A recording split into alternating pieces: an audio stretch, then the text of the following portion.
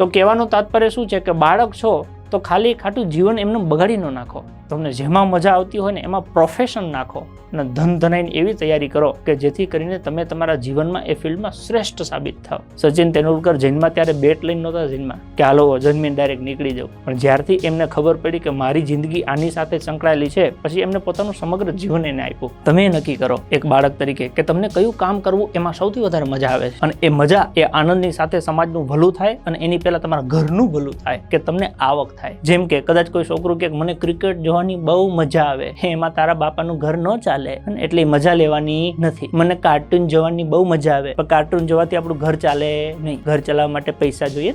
મને ટીવી જોવાની મજા આવે, મને 12 છોકરાઓ સાથે રમવાની મજા આવે. એ રમવાની મજા છે 24 કલાકમાં એકાદ કલાક લેવાય. મોબાઈલ જોવાની મજા આવે એ એકાદ કલાક બરાબર છે આનંદ માટે. બાકી જીવનમાં કંઈક કરવા માટે ઘણું બધું સંઘર્ષ કરવો પડે છે, અને એ જેટલા વહેલા સમજશો ને એટલો વહેલો ફાયદો થાય છે. એટલે દરેક બાળકોને ખાસ વિનંતી છે કે તમામ વિદ્યાર્થી મિત્રોને મારી વિનંતી છે કે કોઈ પણ પરિસ્થિતિમાં આટલું યાદ રાખશો તો જીવન સાર્થક થઈ શકશે.